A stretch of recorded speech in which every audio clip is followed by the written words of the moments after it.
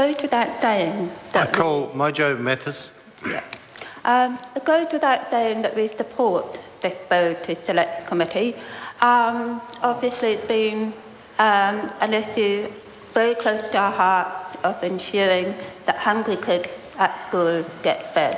And but I was quite relieved to see Zira saying that he's reconsidering that the mechanism is not the best proposed mechanism, because that was our concern too, that the bill proposed to fund sort of essentially providers rather than empowering the schools directly themselves to come up with the solution that best suits their needs, the needs of the citizen and the community setting that they're in. So we very much share that concern about the actual mechanism. But the intent of the bill, which is to ensure that kids at school don't go hungry, is one that we absolutely support. And we have raised earlier today many reasons why it is so important to ensure that hungry kids are fed.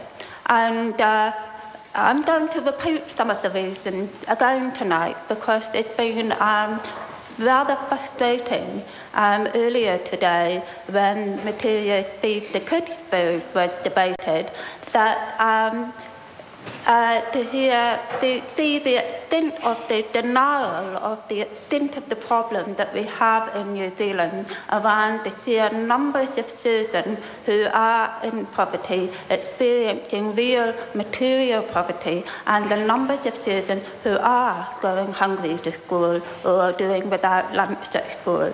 And also, if they're not in denial, then they're blaming the parents for it by continuously banging on about parental responsibility. And to me, I feel very uncomfortable when we start going on about parental responsibility, because it has overtones of Victorian England for me. The reality is that in New Zealand, poverty has doubled in the last 25 years, and the highest levels are amongst children with more than 200,000 living in poverty.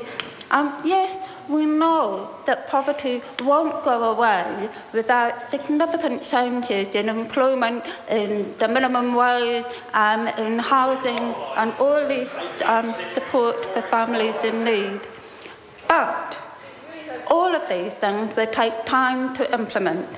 And children are going hungry right now, and we can do something about that. Feeding the kids at school is a common, low-cost option that will directly make a big difference for these children. And I do want to say here, I was very fortunate to spend my childhood in a small rural school in Wales, where we ate two-course hot school lunches on site. And the school had 3 staff, 2 teachers and 1 cook, an amazing cook who created these incredible meals from scratch, often following local traditional recipes such as kol, which was a local recipe that used root vegetables and lamb, and was a recipe I would absolutely loved, and I would always have second helpings. So needless to say that no kid went hungry at the school that I went to. Thank you. And since we had a long walk home after school, several miles across the countryside, it was really good to be able to do that well fed before you got home. And so free food in schools, in my view, is an absolute no-brainer. And it's affordable, it's something that we can do right now, and we know that it will help the kids.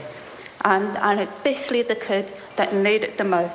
Nearly every country in the OECD, apart from us, already runs extensive programs to feed kids at school.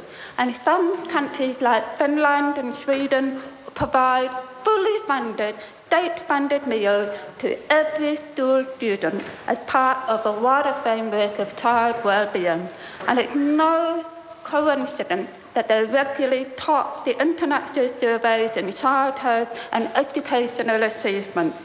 And they do this because all the evidence from teachers, from nurses, from doctors, all of the evidence is that kids need a good meal every day to develop into healthy, well-educated adults. This is about evidence-based policy decision making. This is not about what you see on one school or another school. This is taking a broad, comprehensive, evidence policy-based approach.